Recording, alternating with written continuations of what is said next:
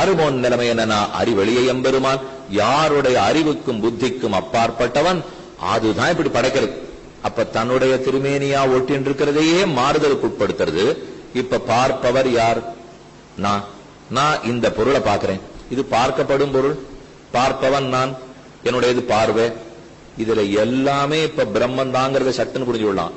பார்த்துட்டு இருக்கிற நானும் பிரம்மத்தோட தானே ஓட்டின்னு இருக்கேன், பார்க்கப்படுகிற இந்த கண்ணாடியும் பிரம்மத்தோட தானே ஓட்டின்னு இருக்கு.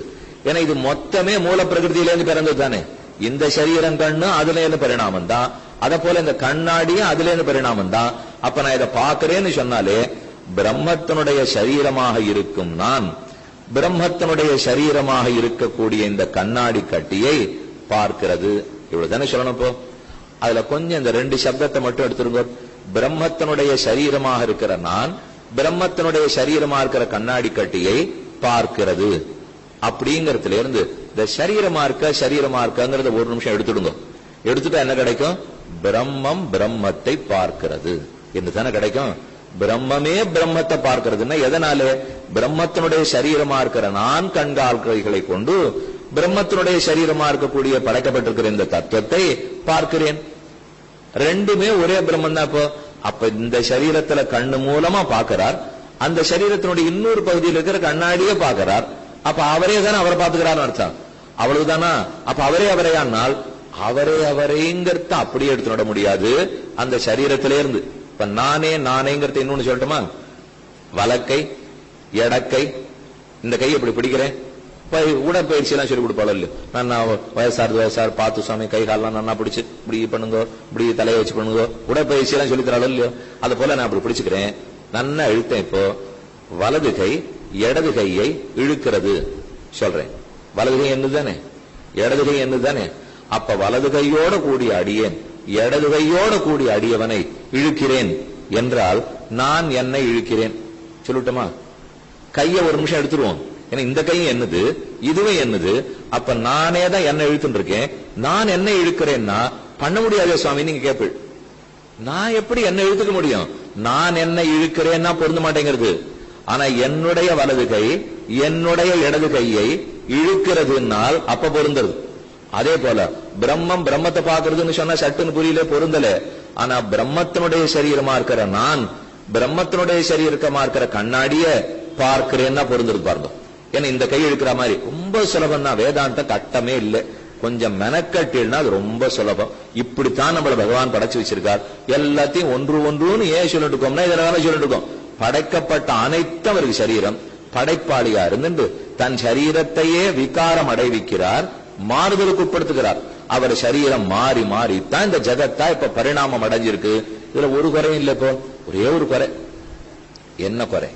குயவன் சொல்லும் போது நான் மண்ணை கொண்டு பானையை உருவாக்க போகிறேன் வரும். ஆனா பகவான் என்ன சொல்லுவார்? நாம் பானையாக போகிறேன் விடுவார். எது பானை ஆறுதோ அதுக்கு உபாதான காரணம்னு பேர். பானையா எது ஆறுது? மண்ணு. அப்ப மண்ணுக்கு உபாதான காரணம்னு பேர். யார் பானைய பண்றாளோ அவருக்கு நிமித்த காரணம்னு பேர். குயவன் அவர் தான் நிமித்த காரணம். அந்த பானையை பண்றதுக்கு ஏதோ உதவி தொல்லியோ.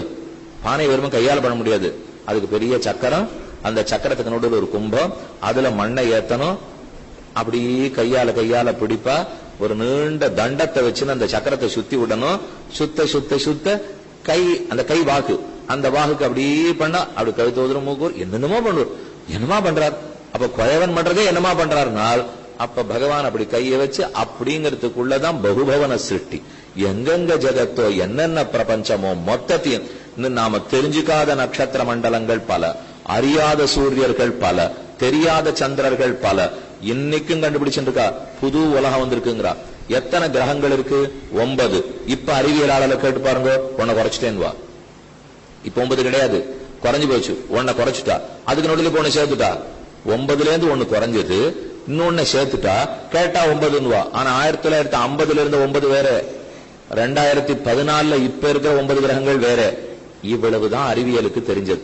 ஆனா இதை தாண்டி தெரியாத எத்தனையோ பிரபஞ்சம், கண்டுபிடிக்கப்படாத எத்தனையோ கிரகங்கள், உலகம் உருவான அன்னிலிருந்து நட்சத்திரங்கள்ல இருந்து ஒளி நம்ம நோக்கி வர ஆரம்பிச்சுதான். இன்னும் வந்து சேராத நட்சத்திரங்கள் இருக்கான். ஒளி கிளம்பிடுச்சு.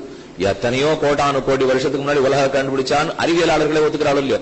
அங்கேருந்து ஒளி பிரயாணம் பண்ண ஆரம்பிச்சு. ஒளியினுடைய வேகம் நமக்கு தெரியும். 3 3 10 பெருக்கி 10 தலையில 8 போட்டு பண்ணிட்டு இருக்க முடியும். அவ்வளவு ஒளியினுடைய வேகம். அந்த வேகத்துல பிரயாணம் பண்ணி பண்ணி பண்ணி பண்ணி இன்னும் நம்மள அடையல கோடி வருஷமா. அப்பனா அது எவ்வளவு தூரத்துல இருக்கும்? அந்த தூரம்லாம் நமக்கு இன்னைக்கு விடுற விண்கல ஊர்திக்கெல்லாம் தெரியவே தெரியாது, எங்க இருக்குன்னு கூட தெரியாது. அவ்வளவு தூரம் பிரபஞ்சம் இருக்கு. இது இத்தனை எத்தால சங்கல்பிக்கலாம்னால் சங்கல்பம் சிருஷ்டிக்கிறது வேற எதுக்கும் மெனக்கடவே மாட்டார். ஒரு நிமிஷம் சங்கல்பிச்சுக்கிறாலே பகுஸ்யாம், நாம் பலவாக ஆகக்கடவேன். அந்த சங்கல்ப சக்தினால கிடு கிடு கிடு கிடு கிடுன்னு இத்தனை உருவார். அந்த உருவானது எப்படி உருவாயிருக்கு? தன் திருமேனியிலிருந்து தான் மாத்துறதா? அப்ப ஒரு பக்கம் விசிஷ்ட பிரம்மமா இருக்கு, அவரே தான் எல்லா காரணமுமா இருக்கார் பாருங்க. படைக்கப்பட்டதும் அவர், படைப்பவரும் அவர், படைப்புக்கு உபயோகப்பட்ட மூலப்பொருளும் அவர். இந்த 3 தான் நம்ம தெரிஞ்சுக்க வேண்டியது. இப்போ படைப்பாளியும் அவர் தான், படைக்கப்பட்டவர் அவர் தான், படைப்புக்கு உபயோகப்பட்ட மூலப்பொருளும் அவர் தான். ஏன் படைப்பாளி யார்? யார் படைக்க போகிறேன்னு சங்கல்பிக்கிறவனா அவன் தானே படைப்பாளி. இவர் தானே சங்கல்பிச்சார், நான் உலகமாக ஆக போகிறேன், ஆனால் அவர் தான் படைப்பாளி. எது ஆயிருக்கு? அவர் திருமேனி தானே ஆயிருக்கு. அப்ப அவரே தானே படைக்கப்பட்டது. எதை வச்சிருந்து ஆக்கினார்? அவர் திருமேனியா இருக்கிற பிரகிருதியை வச்சுட்டே தான் ஆக்கினார். அப்ப மூலப்பொருளும் அவர் தானே. மூலப்பொருள் அவர் தான் சொன்னா உபாதான காரணம் அவர்னு அர்த்தம். அடுத்தது படைப்பாளி அவர்னு சொல்லிட்டா நிமித்த காரணம்னு அர்த்தம். இதுக்கு எதை உபயோகப்படுத்தினார்? ஒரு தண்டம் வேணும், ஒரு சக்கரம் வேணும், அதை வச்சுதானே மண்ணு பானை பண்ண முடியும். அதுக்கு எதை உபயோகப்படுத்தினார்? தன்னுடைய ஞானம், சக்தி முதலான குணங்கள். ஞான சக்தி முதலான குணங்களை கொண்டிருக்கிறபடியால் சககாரி காரணமாய், சங்கல்பிக்கிறபடியால் நிமித்த காரணமாய், மாறுதலுக்குட்படுகிறபடியால் உபாதான காரணமாய் பிரம்மம் இருக்கும். இதத்தான் திரிவித காரணம். திரிவித காரணம் மேலோட்டமா 3 காரணம் நம்ம கேள்விப்பட்டிருக்கோம். படைப்பு காரணம், அழிப்பு காரணம், காப்பு காரணம். சிருஷ்டி ஸ்திதி சம்ஹாரம்னு சொல்றோம் இல்லையோ, அது ரொம்ப பொதுவா மேலோட்டமா இப்பதான் முதல் உபன்யாசம் கேட்டிருக்கான்னு அர்த்தம். ஆனா கொஞ்சம் நன்னா கேட்டு வேதாந்தம் கூட கேட்டிருக்கோம்னா பிரம்மம் 3 காரணமா இருக்குன்னா சட்டு நீங்க என்ன தெரியுமா சொல்லணும்? அது வெறுமே படைப்பு அழிப்பு காப்பு காரணம் இல்ல, உபாதான காரணமா, நிமித்த காரணமா, சககாரி காரணமா இருக்குன்னு சொல்லணும். அது நிமித்த காரணமா இருக்கு, அவர் தானே சங்கல்பம் எடுக்கிறார் மாற போறேன்னு. உபாதான காரணமா இருக்கார், தன் திருமேனியத்தானே மாத்தறார் மண்ணாட்ட வச்சு, அதனால உபாதான காரணம். அவர் தான் சககாரி காரணமா இருக்கார். அவருடைய ஞானம் சக்தியை கொண்டுதான் மொத்தத்தையும் படைக்கிறார். இதுதான் படைப்பு. இதை நீங்க ஒரு வாரம் இப்ப அவதாரிக்கையா வச்சுங்க, 1 மணி நேரம் எடுத்து. ஆனா இது தெரிஞ்சுட்டா தான் இப்ப மேல என்ன மந்திரம் சொல்றதுன்னு தெரியும். அவர் சொல்ல போற 3 அழகான உதாரணங்கள், ரொம்ப ஆச்சரியமான உதாரணம்.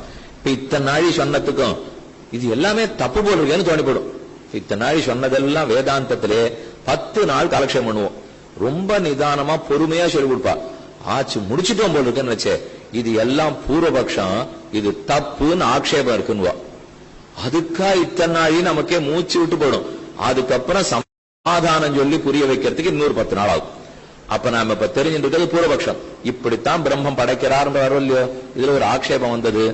பிரம்மம் மாறுதலுக்குட்படுகிறார்னு சொன்னீரே, அப்ப பிரம்மத்துக்கு விகாரம் உண்டா?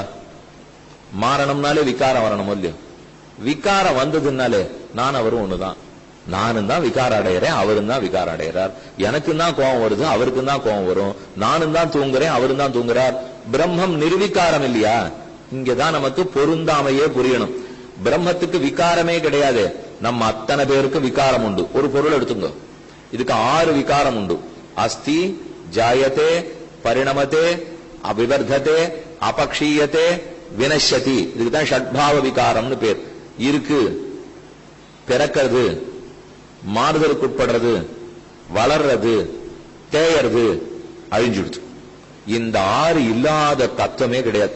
எதுவா இருந்தாலும் முதல்ல இருக்கும், அப்புறம் பிறக்கும். இந்த துணியை எடுத்து வேஷ்டி எடுத்துங்களேன், நூலா இருந்தது, பஞ்சா இருந்தது, அப்புறம் பிறந்தது மெதுவா மாறித்து, மாறினது கிடுகிடுன்னு உண்டையும் பாவும் போட்டு போட்டு காஞ்சிபுரத்தை தைக்க தைக்க வளர்ந்தது. கொஞ்ச நாள் உடுத்திக்க தேஞ்சுது, 4 வருஷம் ஆச்சு, கிழிஞ்சு போச்சு. 6 இது எல்லாத்துக்குமே உண்டு. இப்போ அஸ்தி, ஜாயதே, பரிணமதே, விவர்ததே, அபக்ஷீயதே, வினஷ்யதி. இதத்தான் ஷட்பாவ விகாரம். இந்த விகாரம் பிரம்மத்துக்கு கிடையாதுங்கிறது உபனிஷத். எந்த விகாரமும் பிரம்மத்துக்கு கிடையாது. சதைக ரூப ரூபாய விஷ்ணவே சர்வஜிஷ்ணவேன்னு சொல்ல முடியும். சதா ஏகரூபாய ரூபாய, எப்போதும் ஒரு படிப்பட இருப்பார், மாறமாட்டார். இத்தனை நம்ம பார்த்தது மாறுற மண்ணு உபாதான காரணம். பிரம்மம் மாறி உலகமாகிறார், அதனாலதான் அவரே அவரை பார்த்துக்கிறார், பார்வையாக இருக்கார். இதெல்லாம் கேட்கறதுக்கு இனிமையா இருந்தது, சங்கீத கச்சேரியாட்ட இருந்தது. இப்ப முடிக்கிறதுக்குள்ள ஆபத்து வந்துடுது. அப்ப அவரும் மாறுவரா? மாறக்கூடாது. சாஸ்திரம் அவருக்கு மாறுதலே கிடையாதுன்னு ஒரு பக்கம் சொல்றது, இன்னொரு பக்கம் அவர் மாறுறாருங்கிறதே ரெண்டும் பொருந்துமா என்று கேள்வி. மாறுறாருங்கிறது உண்மை, மாற மாட்டாருங்கிறது உண்மை. இப்படி பேசுறதுதான் வேதாந்திக்கே லட்சணம். நேர் எதிரா ரெண்ட சொல்லுவா, ஆனா ரெண்டையும் உண்மைன்னுவா. இதுவும் உண்மை. பகவான் பிறக்கிறாரோ? நன்னா பிறக்கிறார். இல்லைன்னா நம்ம ராமர் கோவில் கிருஷ்ணன் கோவிலுக்கு எல்லாம் போவோமோ? நரசிம்மர் சேவிக்கிறமே, பிறக்கிறார். அவர் பிறப்பறான்னு பிறப்பிலி உடனே சொல்லிடுவா. அவர் பிறந்தாரான்னு கேட்டா 10 அவதாரத்துக்கு ஆளுக்கு 100 பாடு சொல்லிடுவா. எல்லாருக்கும் ராமாட்டகம், கிருஷ்ணாட்டகம், கோபாலாட்டகம், கோவிந்தாட்டகம், தாமோதராட்டகம் சொல்லி முடிச்சிருவா. ஓ, பகவான் அப்ப பிறக்கிறாரா? நானும் தான் பிறக்கிறேன். என்ன பிறக்கவே மாட்டாரேன்னுவா. பின்ன பிறந்தார் இத்தனை நாள் அவதாரத்துக்கு ஸ்லோகம் சொன்னீரேன்னா, பிறந்தார் அதுக்கெல்லாம் வேற காரணம் இருக்கு. நாம் பிறக்கிறது கர்மத்தினாலே, அவர் பிறக்கிறது கருணையாலே. அப்ப நான் எப்படி பிறந்தார்னு சொல்லுவேன்? நீ பிறக்கிறது கர்மத்தினால பிறக்கிற, அதனால பிறந்தாய். அவர் பிறக்கிறது கருணையால பிறந்தார், அதனால பிறக்கல. ஆனா கிருஷ்ணா ராமனா அவதரித்தார், அதனால பிறந்தார். இப்படி ஒட்ட வச்சேதான் விரோதிக்கு பரிகாரம் தரணும். பொருந்தாமை வரும், மேலெழுந்த வாரியா பார்த்தா பொருந்தாம வந்துடும். அந்த பொருந்தாமைக்கு பரிகாரம் சொல்லணும் இல்லையோ, அதுக்குதான் விரோதி பரிகாரம்னு பேர். விரோதி பரிகாரம் வேதாந்தத்துல ரொம்ப முக்கியமான கட்டம். அதை நன்னா தெரிஞ்சிருந்தாத்தான் சனாதன தர்மத்தினுடைய ஆழமான அடிப்படை கொள்கைகளையே நம்ம புரிஞ்சுக்கலாம். பிரம்மன் தான் ஜெகத்தா இருக்கார், சந்தேகம் இல்லை. ஆனா விகாரம் சொல்லக்கூடாது இல்லையோ. பிரம்மம் மாறலேன்னு சொல்லணும் என்னால் சொல்ல வேண்டாம். பாருங்க, நான் இப்ப வயசு 51. இதே நான் இப்ப உபன்யாசம் பண்ணலாம். ஆனா 8 வயசுக்கு பண்ணேன்னா தெரியாது. அப்போ வண்டி ஓட்ட தெரியாது, இப்ப வண்டி ஓட்ட தெரியும். அப்ப பேச தெரியாது, பேச தெரியும். நடக்க தெரியாது, நடக்க தெரியும். அப்ப இருந்த சரீரம் இவ்வளவு, இப்ப இருக்கிற சரீரம் ரொம்ப பெருசு, குறைக்கிறதுக்கு முயற்சி பண்ணிட்டு இருக்கேன். இப்படிதான் மாறிட்டு இருக்கு எல்லாருக்கும். இப்போ அப்ப இப்படி இருந்தது, இப்ப இப்படி இருக்கு. அப்ப பாட தெரியாது, பாட தெரியும். பேச தெரியாது, பேச தெரியும். சுவாமி, இது எல்லாம் மாறுதல் இருக்கிறதுனால அந்த சுவாமி வேற, இந்த சுவாமி வேறேன்னு சொல்லலாமா? 2 பேரும் வேற இல்ல. இப்போ நானே தான் பால்ய சரீரம், பால சரீரத்தோட இருந்தேன், இப்ப விருத்த சரீரத்தோட இருக்கேன். பாலனா இருந்த சரீரம் விருத்த சரீரமா இருக்காத நான் மாறி போயிட்டேன்னா? நான் மாறல. நான் மாறி இருந்தா என்ன இருக்கும்? அன்னைக்கு வண்டி ஓட்ட தெரியாத நான் இன்னைக்கு ஓட்ட தெரியும்னு சொல்லவே மாட்டேன். சொல்றச்சவே என்னன்னு சொல்லிக்கிறோம்? அன்னைக்கு என்னமா இருந்தேன் தெரியுமா? ஓடி ஆட முடிஞ்சது சுவாமி, இன்னைக்கு அதெல்லாம் ஒண்ணும் முடியல. அப்ப என்ன சொல்லிருக்கணும்? அந்த ஓடி ஆட முடிஞ்சவர் வேற, நான் வேறொத்தரா இருந்தா இந்த வார்த்தையே வராது இல்லையோ. அன்னைக்கு பாட தெரியாதனா இன்னைக்கு பாடினேன், அன்னைக்கு ஆட தெரியாதனா இன்னைக்கு ஆடினேன், அன்னைக்கு ஓட முடியாதனா சொல்லவே கூடாது. ஆனா சொல்றேன், சொல்றதுல இருந்தே அதுவே நான் எடுத்துக்கோ. அந்த 8 வயசு பிள்ளை தான் நான். ஆனா எங்கிட்ட 8 வயசுல இருந்த எதுவும் இப்ப இல்ல. அப்ப இருந்த வேகம் இல்ல, அப்ப இருந்த விவேகம் கூட இல்ல, எதுவுமே இல்ல. இப்ப எல்லாம் மாற்று பார்வையா மாறி போச்சு. ஆனாலும் நானே சொல்லிட்டு இருக்கேன். என்ன கேட்டா சட்டுன்னு என்ன பதில் வரும்? அதே ஆத்மாதான் சுவாமி, அவர் மாறல, சரீரம் மாறி போச்சு. அப்ப 8 வயசு உடம்பா இருந்தது, இப்ப 80 வயசு உடம்பா இருக்கு. அதற்குரிய மாறுதல் ஆத்மா மாறிடுவாரா? அவர் உள்ள அதே தானேங்கிற இல்லையோ. அதே போல படைப்பதற்கு முன்னாடி இருக்கிற பிரம்மமா அப்படியே தான் இருக்கார், படைச்ச அப்புறம் உருவா இருக்கிற பிரம்மமா அப்படியே தான் இருக்கார். அவர் மாறல. அவருடைய திருமேனி ஒட்டின்னு இருந்ததோ இல்லையோ மூல பிரகிருதி, அது மாறி மண்டப கோபுர பிராபம் ஆயிருக்கு. அப்ப அதுதான் மாறுதலுக்கு உட்பட்டிருக்கே தவிர அவர் மாறல. அப்ப பகவான் என்னன்னு சொல்லிப்பார்? சூக்ஷ்ம பிரகிருதியோட ஒட்டின்னு இருந்தானா இப்ப ஸ்தூலமா இருக்கிற இத்தோட ஒட்டின்னு இருக்கேன், இவ்வளவுதான் அவர் சொல்ல போறாரு. இப்போ இதுதான் சிருஷ்டி. அப்ப சிருஷ்டினால் சூக்ஷ்ம சேதனா சேத்தனங்களோட பிரம்மம் கூடியிருந்தது, அது இப்ப ஸ்தூல சேதனா சேத்தனத்தோட கூடியிருக்கு. சிருஷ்டியே முடிந்தது. அப்ப பிரம்மம் பிரம்மமாவே இருக்கு, விகாரமே இல்லை. ஆனா மாறுதலுக்கு உட்பட்டாதான உபாதானத்தும் வரும். அப்ப எப்படி எது மாறித்து? சரீரம் மாறித்து.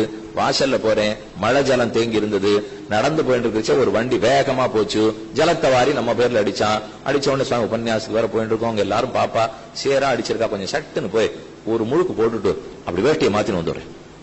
வேகமா கிடுக்கிடுன்னு வீட்டுக்கு போனோம். உடனே குளிச்சோம், குளிச்ச உடனே வேட்டி எல்லாத்தையும் மாத்தினோம். மாத்து வந்தாச்சு, வந்து உட்காந்துட்டோம். ஆரம்பிச்சு 10 நிமிஷம் தான் இருக்கு. பக்கத்துல இருக்கிறவெல்லாம் பரபரப்பா பாப்பா, எங்கேயோ வந்தவர் வேகமா போயிட்டு வந்தாரு, எங்க சுவாமி போயிட்டு வந்து? அது ஒரே அழுக்கா தெளிச்சுடுத்து. அதனால நான் போனேன், சட்டுன்னு குளிச்சேன், உடனே வேட்டியை மாத்தி வந்துட்டேன். அவர் கேட்டார், ஆத்மாவை குளிப்பாட்டினீரான்னார். இவர் என்ன கேட்கிறாருன்னே ஒரு நிமிஷம் உபன்யாசமே தேவையில்ல போல் இருக்கு. இவர் கேட்ட கேள்விக்கு இப்போ இவர் ஏதோ கேட்கிறார். ஏன் ஆத்மா இல்ல அழுக்கப்பட்டு சொன்னீரே? நான் எம்பேர்ல பட்டதுன்னு சொல்லல சுவாமி. பின்ன நீர் குளிச்சேன்னு சொன்னீரே? இல்ல நீர் என்னவோ கேட்கறீர். இப்போ நான் தான் குளிச்சேன், வாஸ்தவம் தான், சரீரத்தின் பேர்ல பட்டது. ஆனா அதனால சரீரத்தை குளிப்பாட்டினேன். பட்டது உடம்பு பேர்ல தான், அதுக்கு தான் அழுக்குப்பட்டது, அதைத்தான் குளிப்பாட்டினேன். அப்ப இதுக்கு முன்னாடி அழுக்குப்பட்ட உடம்பு வேட்டியோட இருந்தேன், இப்போ அழுக்குப்படாத வேட்டியோட இருக்கேன். அப்ப நான் ஏதாவது மாறினேனா?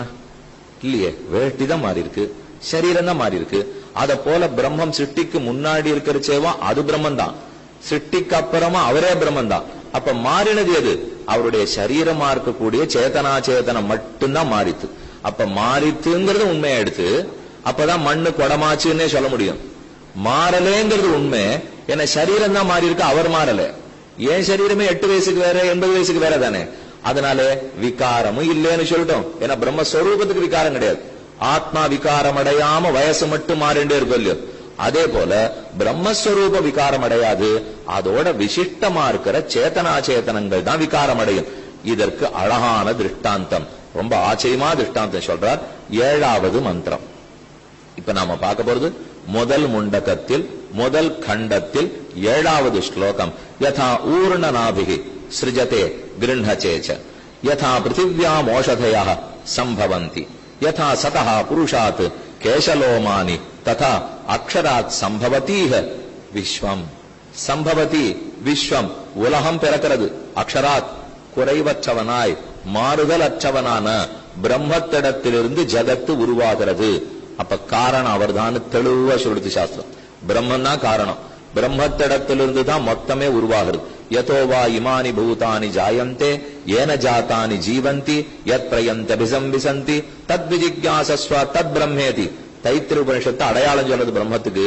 எதுங்கிட்டேந்து ஜகத்தெல்லாம் உருவாகுமோ, எதால் காக்கப்படுமோ, எதனிடத்தில் லயிக்குமோ அத பிரம்மம்னு தெரிஞ்சுக்கோ. பிரம்மத்திடத்திலிருந்து தான் உருவாருது, பிரம்மத்தால தான் ரட்சிக்கப்படுறது, பிரம்மத்திடத்துல தான் லயிக்கும். அந்த பிரம்மம் அக்ஷராத் சம்பவதி இஹ விஸ்வம். இந்த விஸ்வம் அக்ஷரத்திடத்திலிருந்து பிறக்கிறது. எப்படி பிறக்கும்னா 3 திருஷ்டாந்தம் நம்ம கிட்ட வந்துருச்சு சாஸ்திரம். ஏன்னா லௌகிக திருஷ்டாந்தம் நமக்கு தெரிஞ்ச திருஷ்டாந்தம் சொல்றது. யதா ஊர்ணநாபிஹி சிருஜதே கிருஹ்ணதேச்ச. ஊர்ணநாபி சிலந்தி பூச்சி. அந்த பூச்சி தன்னுடைய வாயிலேந்து ஒரு நூலை உழுந்து அதை ஒரு வீடு கூடு கட்டும். அந்த கூட்டுக்குள்ள ரொம்ப நாளா விளையாடும், அதுலயே பிடிச்சுக்கும், ஆடும் ஓடும் பாடும் எல்லாம் பண்ணும். அது சிருஜதே. யதா ஊர்ணநாபிஹி சிருஜதே. எப்படி தன் வாயிலிருந்து நூலை விட்டு வீடாக்கிட்டு அந்த வீடு முழுக்க விளையாடிட்டு போரும்னா அந்த நூலை பிடிச்சுன்னு வாய்க்குள்ள இழுத்துட்டே ஏறிடும். கிருஹ்ணதேச்ச. அப்ப வெளியில இருந்து ஒண்ணுமே வரல, அதுங்கிட்டே இருந்துதான் வெளியில வந்திருக்கு. வெளியில எதையும் விட்டுட்டு போயிடல, எல்லாத்தையும் உள்ள இழுத்து நிறுத்து. யதா ஊர்ணநாபிஹி சிருஜதே கிருஹ்ணதேச்ச. எப்படி அதுங்கிட்டே மொத்தத்தையும் விட்டுதோ, மொத்தத்தையும் உள்ள இழுத்துதோ, அப்படி பிரம்மம் ஜகத்தை படைக்கிறதுங்கிறார். இப்ப கடைசியிலே சிலந்தி பூச்சி தான் பிரம்மம் அப்படின்னு வச்சுக்கணும். இந்த திட்டாந்தம் அவ்வளவுதான் இருக்கு. இப்போ அப்ப அந்த பூச்சி ஆட்டம் பிரம்மத்தை வச்சுங்கோ. அது தன்னுடைய திருமேனிலிருந்தே ஜகத்தை படைக்கிறதோ இல்லையோ, அது சிருஜத்தை. தன் வாயிலிருந்து நூலை விடுற மாதிரி அந்த நூலால வீடு கட்டுறது. எவ்வளவு பெரிய மகாநகரங்கள், எவ்வளவு பெரிய உலகங்கள், என்னென்னமோ இருக்கு. எத்தனை பாட்டும் கூத்தும் கேளிக்கும் அடிக்கணுமோ அதுக்குள்ளேயே பிரம்மன் தானும் ரொம்ப நன்னா அனுபவிக்கிறார். இவன் நன்னா பண்ணான்னா சிரிச்சுட்டே அனுபவிக்கிறார், இவன் முட்டாள்தனமா பண்ணான்னா இன்னும் சிரிச்சுட்டே அனுபவிக்கிறார். எல்லாத்தையும் அனுபவிக்கிறார். தான் படைச்சிருக்கிற ஜகத்து ஆனந்தமா ஆகாரம் விகாரம் பிரகாரம் சம்ஹாரம் எல்லாம் பண்றார். அனைத்தும் முடிஞ்சு போச்சு. ஆச்சு, ரொம்ப நாள் விளையாடிட்டும் போல் இருக்கே, சிருஷ்டி போருமே, பிரளயம் வந்துடலாமேன்னு ஒண்ணு மொத்தத்தையும் தனக்குள்ளேயே இழுத்து விடுறாருங்க. அப்ப சிருஜதே கிருஹ்ணதேச்ச. அப்ப சிலந்தியினுடைய வாயிலேந்து வந்த நூல் வீடு அத்தனை உள்ள எடுத்துப்போ. அதுக்குன்னு நூலும் சிலந்தியும் ஒன்னான்னா இல்லையே. சிலந்தி வேற, நூல் வேற, கட்டப்பட்ட வீடும் வேற. அப்ப வேறங்கிறதுக்காக தனித்து வெளியில் எடுத்து வச்சிட முடியுமா? அதோட ஒட்டின்னு இருக்கிறது, பிரியவே பிரியாது. அப்படித்தான் இந்த சித்தும் அச்சித்தும் பிரம்மத்தோட ஒட்டின்னு இருக்கு. அதுக்கும் சித்து அச்சித்தும் பிரம்மமும் ஒண்ணு இல்ல. சேத்தனா சேத்தனம் வேற, தத்துவம் பிரம்மம் வேற. தத்துவம் வேற, ஆனாலும் விசிஷ்டமா இருக்கும் இல்லையோ, எப்போது அந்த பிரம்மத்தோட ஒட்டின்னு இருக்கு. அப்ப ஊர்ணநாபியானது தன்னிடத்திலிருந்து வெளியில விட்டு தனக்குள்ளேயே கிரகிக்கிறதோ இல்லையோ, அத போல பிரம்மன் தங்கிட்டேந்தே வெளியில அனுப்புறது, தங்கிட்டேந்தே உள்ள இழுத்து விடுறது. மயில் மயில் திட்டாந்தம். ஆண் மயில் ஆடி பார்த்திருக்கீங்களோ இல்லையோ? பராசர பட்டர் ரொம்ப ஆச்சரியமா உதாரணம் சொல்றார். பெண்மையில பார்க்கும், இல்ல கார் மேகத்தை பார்க்கும், அதுக்கு ஒரே ஆனந்தம் வந்துடும். உடனே தான் மடிச்சு வச்சிருக்கிற தோகை அப்படியே விரிக்கும். விரித்த தோகையோட ரொம்ப நன்னா ஆட்டம் ஆடும். போரும், மழை முடிஞ்சு போச்சு, பெண்மையில் நகர்ந்து போச்சு அப்படின்னா சட்டுன்னு சுருக்கிடும், மொத்தத்தையும் தங்கிட்டே சுருக்கிக்கும். அதே போல ஆண்மையில போல பகவான் ஸ்ரீரங்கநாச்சியார் தான் பெண்மையில். அவளை பார்த்த உடனே தன் திருமேனி மயில் தோகை அப்படி விரிக்கிறாப்புல இவ்வளவு பெரிய ஜகத்தை விரிக்கிறார். அவள் கொஞ்சம் உற்சவம் முடிஞ்சு போச்சுன்னு உள்ள போய் எழுந்து விட்டாள்னா மொத்தத்தையும் தானே சுருக்கி விடுவோம். அவளுக்கு தான் அவர் பண்ணுகிறார். அப்ப யதா ஊர்ண நாபிகி ஒரு திருஷ்டாந்தம் அணுசிகி நிசிகீவ, எப்படி மயில் தோகையை விரித்தாடுமோ அதை போல பகவான் ஆடுறார். மயில் இடத்துலதான் தோகை இருக்கு. மயிலும் தோகையும் ஒண்ணா? மயில் வேறதான், தோகை வேறதான். ஆனா அந்த தோகை எடுத்து தனியா வச்சிருமேன்னு வைக்க முடியாது. மயிலோடு இருந்தா தான் தோகை. அப்ப தங்கிட்டேந்தே தோகையை விரிக்கிறது, தன்னிடத்திலேயே போரும்னா தோகையை சுருக்கி விடுறது. இன்னொன்னு திருமழிசை ஆழ்வார் சாதித்தார். தன்னுளே திரைத்தெழுந் தரங்கவன் தடங்கடல் தன்னுளே திரைத்தெழுந் தடங்குகின்ற தன்மை போல்னு திருச்சந்த விருத்தத்துல பாசுரம். பெரிய கடல் காத்தடிக்கிறது, அடித்த உடனே அதுல இருந்து மார்ணவத்திலேருந்து வீச்சு தரங்க அலை வெளியில ஒரு மூலியம், அலை வெளியில போறது, காத்து போயிடுது, அலை உள்ள போயிடும். இந்த கடல்ல இருந்தே தான் அலை வெளியில வந்தது. அத போல பிரம்மத்திடத்திலே இருந்தா ஜகத்து படைக்கப்படுறது. போரும்னு காத்து முடிஞ்சு போச்சுன்னா அத்தனையும் பிரம்மத்துக்குள்ளே போடும். அப்ப அலை அத்தனையும் கடலுக்குள்ளே போடும். கடலும் அலையும் ஒண்ணா? இல்ல. அலை எடுத்து கடல வெளியில வச்சிடலாமா? முடியாது. கடல் அலைகள்லாம் கடலோட சேர்ந்தேதான் இருக்கும். அலையும் கடலும் ஒன்னா இருக்காது, ரெண்டும் வெவ்வேறு தான். இதுங்கிட்டே உருவாகும், அதனிடத்திலேருந்தே உள்ள போடும் என்ன திருமழிசையாழ்வார் திட்டாந்தம் சொன்னார். இப்ப உபனிஷத்து இன்னொன்னு சொல்றது, யதா யதா பிருத்திவியாம் ஓஷதயா சம்பவந்தி. பிருத்திவியிலிருந்து நெல்லு கதிர் வாங்கிறது, ஓஷதிகள்லாம் நிறைய மூலிகைகள்லாம் வளர்றது. எப்படி பிருத்திவியிலேருந்து மூலிகை வளரும், பூமியிலேருந்து வளர்றது, முடிஞ்சு போச்சுன்னா திரும்ப பட்டு போய் அதுக்குள்ளேயே தானே போய் ஆகணும். எப்படி பிருத்திவியிலிருந்தே வளர்ந்து பிருத்திவிக்குள்ளேயே போறதோ. 100 திருஷ்டாந்தம் தான் ரொம்ப ஆச்சரியம். யதா சதஹா புருஷாத்து கேசலோமானி ததா அக்ஷராத்து சம்பவித்தீக விஸ்வம். எப்படி நம்ம கிட்டே இருந்து கேசமும் லோமமும் வருது இல்லையோ, எங்க இருக்குன்னே தெரியல. இங்கேருந்து வளர்றது, உள்ளே இருந்து கேசலோமம் வளர்றது, முடித்த பிற்பாடு உதிர்ந்து போடுறது. உதிர்ந்து போனா மறுபடியும் பார்த்திவமா பிருத்திவியில தான் போய் விழுவும். சரீரமும் பிருத்திவியால் ஆக்கப்பட்டது, மறுபடியும் போய் விழறதும் பிருத்திவியில தான் விழறது. ஆக கேசமும் ரோமம் எப்படி? கேசம்னா வேற, ரோமம்ங்கிறது வேற. மேல இருந்ததுன்னா கழுத்துகள், இதுக்கு மேற்பட்டதெல்லாம் கேசம், அதுக்கு கீழ்பட்டதெல்லாம் ரோமம். அதனாலதான் ரெண்டையும் சொல்றார். யதா கேச ரோமம்னு சொல்லலாம், லோமம்னு சொல்லலாம். யதா யதா கேச ரோமானி அல்லது லோமானி, இந்த புருஷனிடத்திலேருந்து உருவாக்கி அடங்கிப்படுறது இல்லையோ, அதை போல் இப்படித்தான் ஜகத்து பிரம்மத்திடத்திலேருந்து உருவாகி அவரிடத்திலே அடங்குகிறது. யதா ஊர்ணநாபிகி சிருஜதே கிருஹ்ணசேச்ச யதா பிருத்திவ்யாம் ஓஷதயா சம்பவந்தி யதா சதஹா புருஷாத் கேசலோமானி ததா அக்ஷராத் சம்பவதீஹ விஸ்வம். இப்படித்தான் உலகம் படைக்கப்படுறதுன்னு அவர் சொல்லிட்டார். என யத்பூத யோனிம் நரல்யோ, எந்த பிரம்மமானது இத்தனைக்கும் காரணமாக இருக்குமோ. இப்ப நம்ம கேட்டுண்ட கேள்விக்கெல்லாம் சரியா பதில் வந்துருத்தா பாருங்க. பார்க்கப்படுபவர், பார்வை, பார்ப்பவர் மூணும் அவர் தான். ஏனால் அவரோட தான் அனைத்தும் ஒட்டி கொண்டிருக்கிறபடியால் அதுக்கு பதில் கிடைச்சிருச்சு.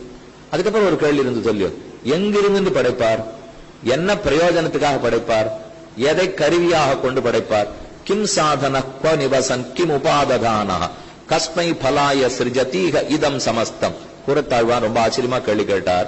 கிம் சாதனம், எதை, கிம் சாதன க்வ நிவசன், எங்கிருந்து கொண்டு படிக்கிறார், எதை சாதனமா வச்சுன்னு படைப்பார், எந்த பலத்துக்காக படைப்பார், எங்கிருந்து படைப்பார், தன்னுடைய மகிமையில் தானே பிரதிஷ்டிதமா இருப்பார். ஜாக்கிரதையா சொல்லுது சாஸ்திரம்.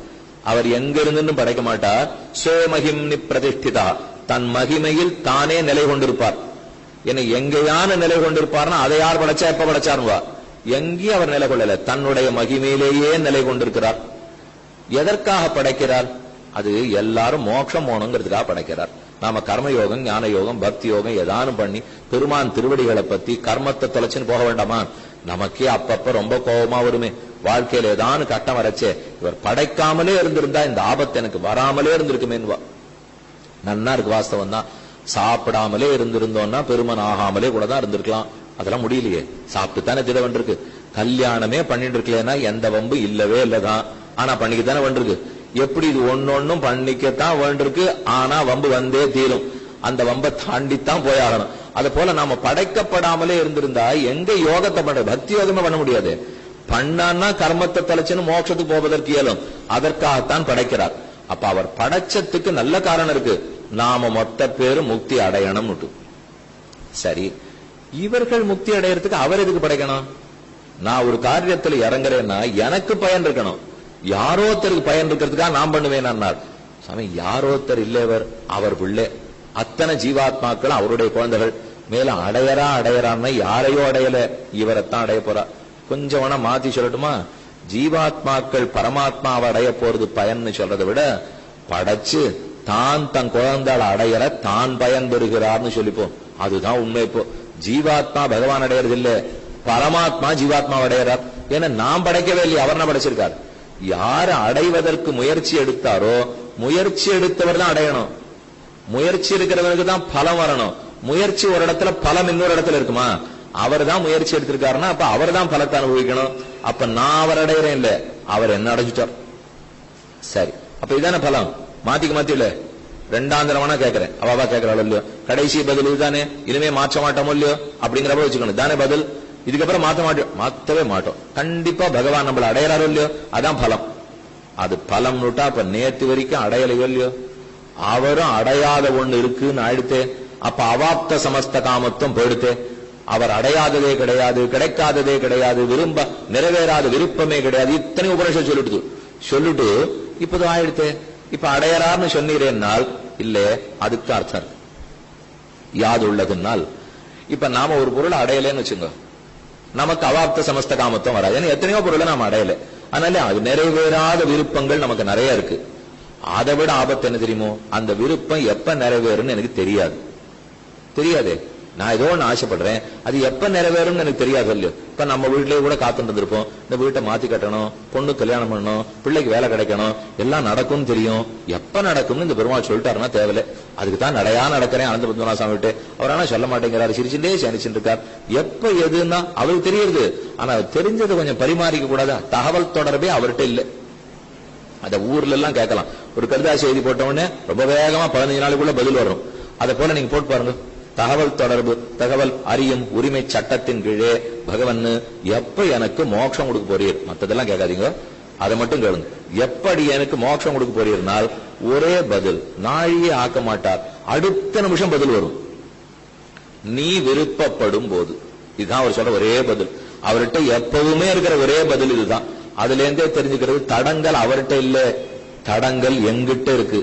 நான் இன்னும் ஆசைப்படலே போகணுங்கிறதுக்காக, அது ஆசைப்பட்டவுடன் அவர் தடங்கள் பண்ணவே மாட்டார். அதே நிமிஷம் அவர் அலட்சியம் பண்றார். ஆனால் இன்னும் ஒன்னு அவருக்கு தெரியும், எப்ப இவன் விருப்பப்பட்டு மோட்சத்துக்கு வரப்போறாங்கிற தேதி அவருக்கு தெரியும். நான் எந்த ஜென்மத்துல போவேன்னு தெரியுமோ இல்லையோ. இதுலதான் பெருமாள் ரொம்ப அழகா வித்தியஸ்தமா வச்சுட்டார். நம்ம எல்லாரும் எத்தனையோ பொருளை அடையல, ஆனா எப்ப அடைய போறோம்னு தெரியாது. பகவான் இன்னும் என்ன அடையல, ஆனா எந்த ஜென்மத்துல நான் வருவேன்னு அவருக்கு தெரியும். ஆகவே அவர் அடையாதவர்னு சொல்ல முடியாதுன்னு சாஸ்திரம். நான் அடையாதவர் வாஸ்தவம், ஆனா என்னைக்கு அடைய போறேன்னு எனக்கு தெரியாது. அவருக்கு என்னைக்கு அடைய போறாருங்கிறது தெரியும். எந்த சிருஷ்டியில, எந்த பிறவியில, எந்த ஜீவன் மோட்சத்துக்கு வருவார் தெரிஞ்சுட்டு இல்லையோ. அப்ப அது தெரிஞ்சதுனாலே அடைஞ்சதுக்கு சம்பந்தனே. அந்த தேதி தெரியாதனாலதான் நம்ம அடையலைங்கிறோம். இப்ப நமக்கே கூட பிரசாதம் வேணும்னு ஆசையா இருக்கு, கண்டிப்பா தரேன் சுவாமி. என்ன பெருமாள் நித்தியம் தான் அபிஷேகம் இருக்காருப்போ, ஆனா கொஞ்சம் நிறைய பேர் வரிசையில காத்துட்டு இருக்கா, உமக்கு நாளன்னைக்கு வாரம் தரேன். பாதி அடைஞ்சாப்புல நாளன்னைக்கு வந்துட்டா கொடுத்துறேன்னு சொல்லியிருக்காருன்னா நாளை கோவிலுக்கே வரல, நாளைக்கு தான் வந்தான். ஏன்னா நேற்றுக்கு தான் நீர் சக்கர பொங்கல் இல்லை, நீரு இன்னைக்கு தானே இருக்குன்னு சொல்லியிருக்குன்னு வராம இல்லையோ. அப்ப அந்த தேதி தெரிஞ்சு விட்டாலே அடைஞ்சாப்புலதான். பிரம்மத்துக்கு தெரியாது யாராரு என்னன்னைக்கு வந்து அடைவார்கள். அந்த விருப்பத்துலதான் ஆழ்வார்கள் போய் தொந்தரவு பண்றா. அந்த தேதியை சொல்லுடேன் என்னை கொடுக்க போறேன்னு சொல்லேன். ஏன்னா அது எனக்கு தெரியாது, உனக்கு தெரியாது இல்லையோ. தேவகி பிராட்டிக்கு 10 வருஷம் கழிச்சுன்னு சொன்னேன், சீதைக்கு 10 மாசம் கழிச்சுன்னு சொன்னேன், பரதனுக்கு 14 வருஷம் கழிச்சுன்னு சொன்னேன். ஒத்தருக்கு நாள் குடிச்சு எனக்கு ஒரு நாள் குடிச்சு கொடுக்கூடாதா? 10 வருஷம் கழிச்சு தேவகி திரும்ப வந்து உனக்கு சேவை கொடுக்குறேன்னு. சீதை 10 மாசம் ஒரு அவதி இருக்கு. பரதா 14 வருஷம் முடிஞ்ச 15வது வருஷம் முகத்து முன்னாடி நிற்பேன். ஒத்தருக்கும் சொன்னீரே, எனக்கு மட்டும் நாள் கொடுக்க மாட்டேங்கிறேன்னு அவருக்கு தெரியுது. ஆகவே அவாப்த சமஸ்த காமந்தான். அதை நடைமுறைப்படுத்துறதுக்கு தான் படைச்சுட்டே இருக்கார். அதனால அப்படியே நம்மாட்டம் தெரியாம இருக்கலவர், தெரிந்து கொண்டு காத்து கொண்டு இருக்கிறார். இவன் எப்போது வருவான்ற விருப்பத்தோடு இருக்கார். சுவாமி அதெல்லாமே அவர் வேண்டாம், இவ்வளவு தூரம் சொல்றீரோ இல்லையோ, ஒன்னே ஒண்ணு, இவர்கள் இத்தனை பேரும் ஜகத்தெல்லாம் நிமிஷ போது சங்கல்பத்துல படைக்கிறாரோ இல்லையோ, நான் பலவாக ஆவேன், இன்னும் ஒரே ஒரு சங்கல்பம், நமக்கு ஒரு சின்ன ஆசை. அதே மாதிரி எல்லா ஜீவர்களும் இப்பவே முக்தி அடைஞ்சு விடட்டும்னு ஒரு சங்கல்பம் பண்ணிடக்கூடாதா? பண்ணிட்டா எல்லாமே முடிஞ்சு போய் சொல்லியோ. உபன்யாசம் வேண்டாம், எதுவுமே வேண்டாம், மண்டபம் இல்ல, கோபுரம் இல்ல, கோவில் இல்ல, குளம் இல்ல, ஒண்ணுமே இல்ல. ஆனா அவர் சொல்லவே மாட்டேங்கிறார். இவ்வளவு பெரிய சங்கல்பம் பண்ணி ஜகத்தை படைக்கிறாரே தவிர, படைச்சுட்டு நீ கர்மயோகம், ஞான யோகம், பக்தி யோகம், சரணாகதி என்ன உண்டோ ஓம் முயற்சி எடு வான்னு சொல்றாரோ இல்லையோ, அந்தந்த ஜீவனுக்குரியான சுவாதந்திரத்தை முடிவெடுக்கும் சக்தியை பகவான் மதிக்கிறார். அது இல்லாம தான் பண்ணிடவே மாட்டார். அதை வச்சுன்னுதான் இந்த உலகமே இருக்கு. இன்புரிமை விளையாட்டுடையான்னு சொல்ல முடியும். நம்ம கிட்ட அந்த சக்தியை கொடுக்கலன்னா அப்ப ஆடு மாடுக்கு நமக்கு என்ன வித்தியாசம்? நீ பார்த்து முடிவெடுத்து உன் நல்லதை தேடு. ஆனா அந்த நல்லதை சொல்றதுக்கு ஆச்சாரியர்கள் அனுப்புறேன், ரிஷிகளை அனுப்புறேன், ஆழ்வார்கள் அனுப்புறேன், வேதத்தை கொடுக்கறேன், உனக்கு கஷ்டமும் கொடுப்பேன். அவர் கஷ்டம் கொடுக்கறது நமக்கு நல்லதை சொல்றதுக்காகத்தான். தயவுசெய்து சரியான கண்ணோட்டத்தோட புரிஞ்சுக்கணும். பெருமாள் கஷ்டம் கொடுக்கிறாருன்னா இல்லைன்னா என்னைக்கு மோட்சத்தை கேட்க போறான். இங்க மட்டும் கொஞ்ச நாள் நம்ம சுகமா இருந்துட்டோம், மறந்தே போயிடுவோம். பத்மநாப சுவாமி சுகமா இருக்கு, எல்லாம் கஷ்டமா இருக்கிற வரைக்கும் வந்துட்டு இருப்பான். நன்னா நெய் விளக்கு ஏத்தணும், இந்த விளக்கு ஏத்தணும், திருவஞ்சனம் பண்ணணும், அது பண்ண எல்லாம் பண்ணணும் இருப்பா. ஆசையோட அவனுக்காக சேவிக்க வரவா எத்தனை பேர்? அங்குமிங்கும் வானவர் தானவர் யாவரும் உன்னை இணைய என்று அறியகிலா தலத்தி அங்கம் சேரும் பூமகள் மண்மகள் ஆய்மகள் சங்கு சக்கர கையவன் என்பர் சரணமே. நம்மாழ்வாருடைய திருவாய்மொழியில் 8 திருவாய்மொழி. அங்குமிங்கும் வானவர் தானவர் யாவரும், இத்தனை பேர் உன்னை சேவிக்க போறாளே, உன்னை உனக்காக யாரானு சேவிக்க போறாளான்னு கேட்டாரோ. ஆழ்வார் சொன்ன பதில் நான் ஒத்தந்தான் விட்டாரு. நான் ஒத்தந்தான் உன்னை உனக்காக சேவிக்க வந்தவன். மத்த அத்தனை பேரும் இது வேணும் அது வேணும் அது வேணுங்கிறதுக்காக வரானே தவிர, இவ்வளவு அழகா சேனிச்சிருக்கே கண்ணெச்சில் பட்டுடுமே திருஷ்டி தோஷம் வந்துடுமே சுத்தி போட ஒத்தனாலும் வந்தானான்னார். இது வரைக்கும் உனக்கு யாரும் வந்திருக்க மாட்டா. எங்க பெரியாழ்வார் வந்தார், நான் வந்திருக்கேன். வந்த உடனே என்ன ஆயிடுமோன்னு பல்லாண்டு பல்லாயிரத்தாண்டுன்னு பாடினார் இல்லையோ, அதற்கு ஆள் கிடைக்காது. அதனாலதான் பெருமாள் சரி வரட்டும், இவனா புரிஞ்சுன்னு வரட்டும், என்னைக்கு அவன் புத்திக்கு படுறதோ கேட்கட்டும். ஆனா பெருமானுடைய ஒரு சிறந்த குணம் என்னன்னால், அதை நம்ம எத்தனை நாள் இழுத்தடிச்சாலும் கோபப்படாத பொறுமையோட காத்துட்டு இருப்பார். இப்பவா அப்பவா எப்பவனாவா 100 கோடி வருஷம் கழிச்சு வா, 100 கோடி ஜன்மம் கழிச்சு வா, அனந்த ஜன்மங்கள் கழிச்சு வா, வந்தியோ இல்லையோ திருப்தி என்று காத்துருக்கார். அந்த பொறுமையை நாம ரொம்ப சோதிக்க கூடாது, அதுதான் முக்கியம். அவர் ரொம்ப பொறுமையா இருக்காங்கிறதுதான் நம்ம சோதிச்சு, ஆட்ட நீர் தான் பொறுமையா இருக்கிற, எத்தனை நாள் என்ன சேர்த்துக்காத பொறுமையா இருக்காரு பாப்போம். அப்படி நம்ம இன்னும் 100 கோடி வருஷம் போயிருந்தோம்னா அவருக்கு ஒண்ணு இல்ல, நம்ம தானே இழக்க போறோம். வஸ்து நம்மளுது, சொத்து நம்மது. அப்ப அடையணுங்கிற விருப்பம் நமக்கு வந்துட்டோடனே தரையங்கிறார். அவர் வேற ஒண்ணு விதி போடவே இல்லை. அப்ப போய் நம்ம தாப்பனார் சொத்தை நாம வாழ்ந்து ஆனந்தமா அனுபவிக்க வேண்டியதானே. அதை புரிஞ்சுக்காமத்தான் மாறி மாறி பிறந்து உழந்து கொண்டு இருக்கிறோம். இப்ப பக்தர்களா கிட்டக்க வந்துட்டோம். இப்ப தெரிஞ்சுக்க வேண்டியது, இத்தனை நாளி சொன்ன எதுவுமே புரியாட்டா கூட அப்படியே விட்டுடுங்க, ஒண்ணு நஷ்டம் இல்லை. மற்ற எல்லாத்தையும் அவர் ஞாபகம் வச்சுக்கோ, நம்ம ஞாபகம் வச்சுக்கணுங்கிறது இல்லை. ஒன்னே ஞாபகம் வச்சுக்கணும், எப்ப மோட்சம்னா நான் விருப்பப்பட்ட போதுன்னு சொன்னாரோ இல்லையோ, அது மட்டும்தான் நமக்கு ஞாபகம் இருக்கணும். சாமி சிட்டி இருக்கட்டும், பகுபவனா இருக்கட்டும், சமஷ்டியா இருக்கட்டும், பிரகிருதியா இருக்கட்டும், இதெல்லாம் ஒண்ணு புரிய கூட இல்லை சுவாமி, விட்டுடும். நான் ஆசைப்பட்டா மோட்சம் தருவார்னு சொன்னாரோ இல்லையோ, ஆசைப்படுறேன். இந்த ஒன்னத்தான் பெருமான் எதிர்பார்க்கிறானே தவிர மற்றது புரியட்டும் புரியாமலே போகட்டும். அவர் ரொம்ப பெரியவர் தெரிஞ்சு போச்சு. என்னென்னமோ சொன்னீர், நான் அவரால் படைக்கப்பட்டிருக்கேன்னு தெரியறது, அதனால அவரைத்தான் அடையணும்னு புரியுது. அது எங்கிட்ட வழி இல்லைன்னு தெரிஞ்சு போச்சு. ஆனா ஏதோ தடுத்துன்னு இருந்திருக்கேன் போல் இருக்கு, இனிமே தடுக்க மாட்டேன், தேவரீர் சேர்த்துட்டா போறோம் என்ன சொல்றதே சரணாகதி. அந்த ஒரு வார்த்தை வரவழைக்கத்தான் இவா படுற பாடி சனி. இவ்வளவும் பெருமாள் பட்டிருக்காருன்னா இவன் புரிஞ்சுக்க வேண்டாமா? தன்னுடைய ஞானத்தை புத்தியை வச்சிருந்து இவனே முழுமுதற் கடவுள்னு தெரிந்து சரணம்னு சொல்ல வேண்டுமே. அது எந்த காலத்துல சொல்ல போறாரோ அது வரைக்கும் காத்து கொண்டிருக்கிறார். ஆஹ யதா ஊர்ணநாபிகி சிருஜதே கிருஹதே ச யதா பிருத்திவ்யாம் ஓஷதயா சம்பவந்தி யதா சத புருஷாத் கேசலோமானி ததா அக்ஷராத் சம்பவதீஹ விஸ்வம். இந்த விஸ்வமே அப்படித்தான் அக்ஷர சப்தவாச்சியனான பகவானிடத்திலிருந்து தோன்றுகிறது. என் மூல காரணம் அபுத்தியத சிருஷ்டி வாக்கியை பிரம்மேதி வா சதிதி வா ஆத்மகிராதவா தது நாராயணஸ்துதி மகோபனிஷத் பிரவீதி சௌபாலிகி பிரபிருதையோப்யனுஜக்முரே நாம். ரொம்ப ஆச்சரியமான ஸ்லோகம். யத் பிரம்ம எது இந்த ஜகத்துக்கெல்லாம் காரணம் விசாரிக்கச்சே இது காரணம் அது காரணம் அது காரணம்வா? அதெல்லாம் எதுவும் காரணம் இல்லை. சத்து காரணமா, ஆத்மா காரணமா, பிரம்மம் காரணமா? இதெல்லாமா காரணம்? அனந்த பத்மநாப சுவாமி தான் காரணம். இந்த காரணத்துவத்தை எல்லாத்தையும் எந்த இடத்துல அவர் சாட்சி காட்டுறார். இதெல்லாம் சாஸ்திரத்தை கொண்டு தானே தெரிஞ்சுக்க முடியும். ஆனா பெருமாளுக்கு நம்ம பேர ரொம்ப கருணை. இவன் சாஸ்திரத்தோட விட்டா கொஞ்சம் தெரிஞ்சுப்பான், நிறைய தெரிஞ்சுக்க மாட்டான். நாமே சயனிச்சென்று நாபிகமலத்துல பிரம்மாவை காட்டுட்டா 10 பக்கம் எழுதுறது ஒரு காட்சி காட்டுறதுக்கு சமமல்யம். இத்தனாய் பேசிருக்கிறதே அநேகமா முக்காவாசி மறந்து போடும். எதோ சொல்லியிருந்தார் சுவாமி, ஒண்ணு தெரிஞ்சது போய் இப்படி முடிச்சுட்டு அப்படி போய் சேவிச்சு போயிடலையோ. என்ன கேட்டிருந்தோ மொத்தம் அந்த ஒரு நாபிகமலத்தை தெரியும். தெரிந்த உடனே இவ்வளவுதான், இதுக்கு என்னென்னமோ இவர் பட்டு, இது ஒரு நிமிஷம் போய் பெருமாளை சேவிச்சு போன்னு சொல்லக்கூடாதோ, அப்பவே புரிஞ்சு போயிருக்குமேனா. அதைத்தான் அதைத்தான் 6:40 சொல்லியிருக்கணும், தப்புன்னுட்டேன். இது எப்போ சொல்லியிருந்தா இந்த வம்பே இல்லாத முடிஞ்சு போயிருக்கும். இது இத்தனை. ஆனா என்ன ஒரே ஒரு லாபம்னால், ஓஹோ இப்பேற்பட்டவர் தான் நமக்கு சுலபரா சயனிச்சுட்டு இருக்காரான்னு தெரிஞ்சுக்கிறோம் இல்லையோ. ஏன்னா நம்ம நமக்கு வேண்டியவர் நித்தியம் வருவோம் போவோம், எழுந்திருக்கிறது வரால முடியாது, நாம் பார்த்து புளியோர சமைச்சாதான் நினைச்சுன்றோமே. அப்படி இல்லை, இது இத்தனையுமே சிருஷ்டித்தவர் தான் நமக்காக சுலபமாக சயனிச்சுருக்காருங்கிறது புரியணுமே. ரொம்ப பெரியவர் எளியவனா வந்தார்னா தான் மக்கள்கிட்ட மதிப்பு படும். மிக மிக பெரியவர் அவர் எளியவரா வந்திருக்கார் சாமி அப்படின்னா தான் வருவோம். எளியவன் பெரியவனா நம்பவே மாட்டோம், ஏன்னா அவர் எளியவனே விட்டுடுவோம். ரொம்ப பெரியவர் நமக்காக இன்னைக்கு இங்க வந்திருக்காராம் அப்படின்னா புரிஞ்சுக்கிறோமோ இல்லையோ. எங்கோ இருக்கிற பரபிரம்மன் நமக்காக நாம இருக்கிற நம்ம சன்னதியில் நம்ம ஊரில் சேவிக்கும்படி இருக்காரு. எப்ப வேணா வரலாமே, எப்ப வேணா அர்ச்சனை பண்ணிக்கலாமே, அந்த ஆசை ஏற்படணும் இல்லையோ. அந்த ரொம்ப ஆச்சரியமான மந்திரம் பார்த்தோம்.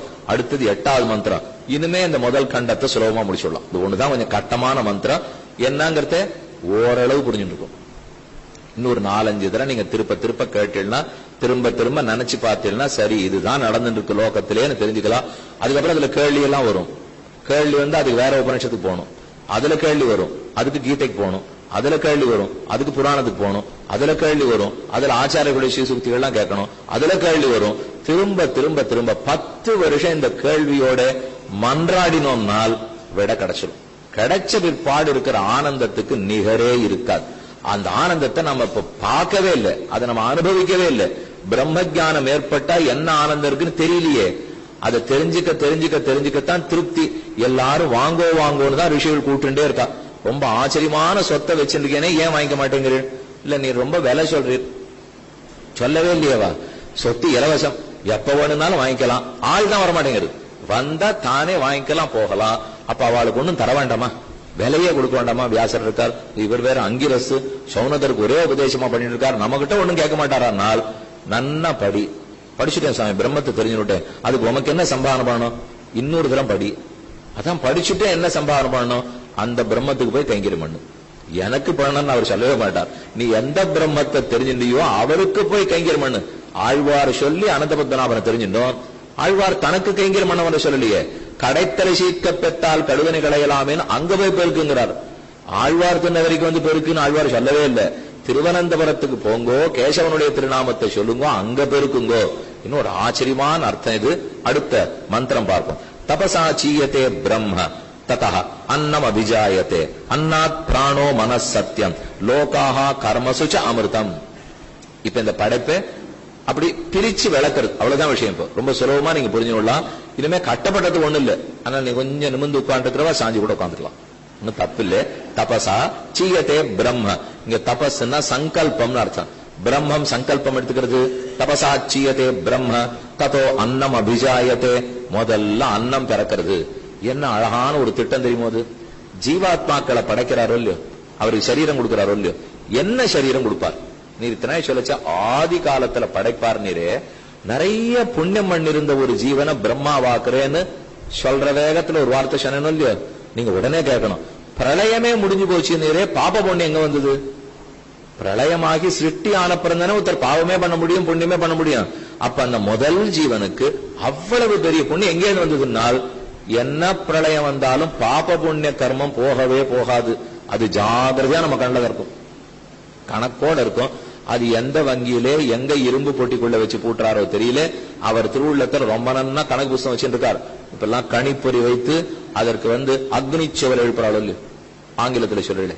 கணிப்பொறையெல்லாம் வச்சுனுட்டு அதுக்கு நெருப்பால ஷவர் போட்டு அதுக்குள்ள இருக்கிற எந்த விஷயங்களும் போகாம பாதுகாக்கிறாளோ இல்லையோ, அதை போல பெருமாள் அக்னிச்சவர் வச்சிருக்கார். சங்கல்பம்ங்கிற அக்னிச்சவர். நாம ஆறாறு என்னென்ன புண்ணியம் பண்ணிருக்கோம், பாப்பம் பண்ணிருக்கோம், ஜாகிரதையா உள்ள வச்சிருக்கார்.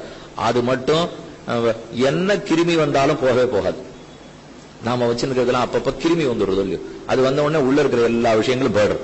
அதை போல நமக்கு ஒரு ஆசை, ஏதான ஒரு கிருமி அனுப்பிச்சு நான் பண்ண புண்ணியங்களை மட்டும் மிச்சம் வச்சு நான் பண்ணிருக்கிற பாப்பங்களை மட்டும் கொஞ்சம் அழிச்சு விட முடியுமானால் ஒரு கிருமியும் போகாது.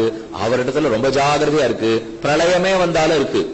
பிரளயம் முடிந்து சிருஷ்டி ஆரம்பிக்கிறது இல்லையோ, அந்த சிருஷ்டியின் போதே நம்முடைய கர்மத்தின்படியாகத்தான் அவர் சரீரம் கொடுக்கிறார்.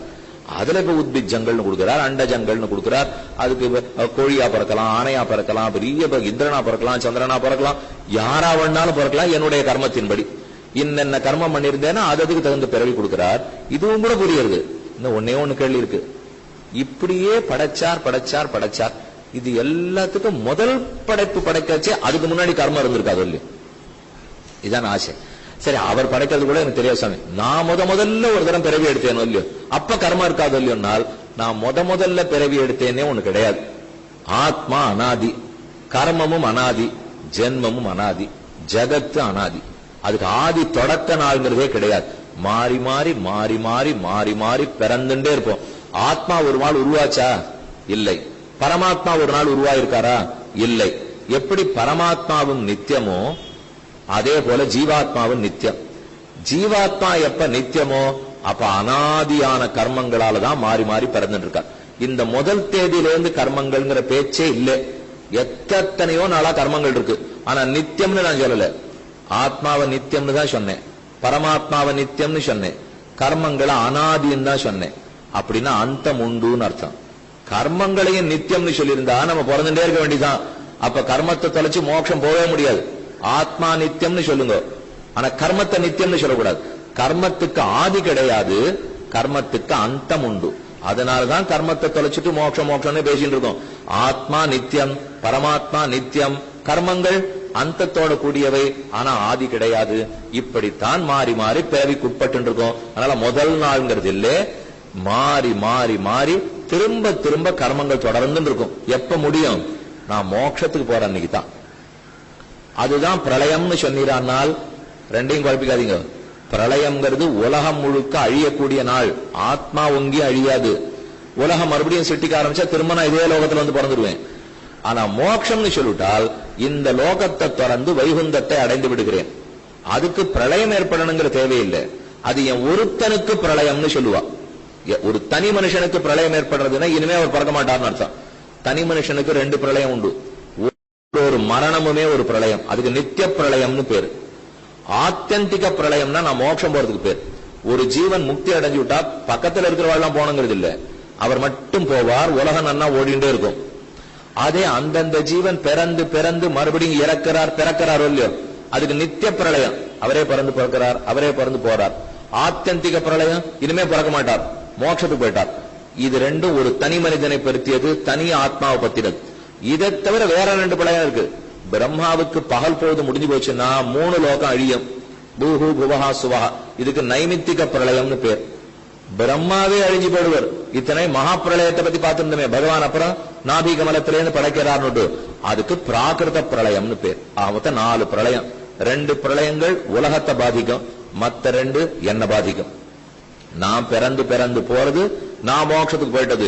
இது போவதற்கு தான் வழி சொல்றார். தபசாச்சியத்தே பிரம்ம, அந்த பிரம்மன் தபஸ் பண்றது பண்ணி ததோ அன்னம் அபிஜாயத்தே, பிரம்மம் படைக்கிறதுக்கு ஆரம்பிக்கிறாரோ இல்லையோ.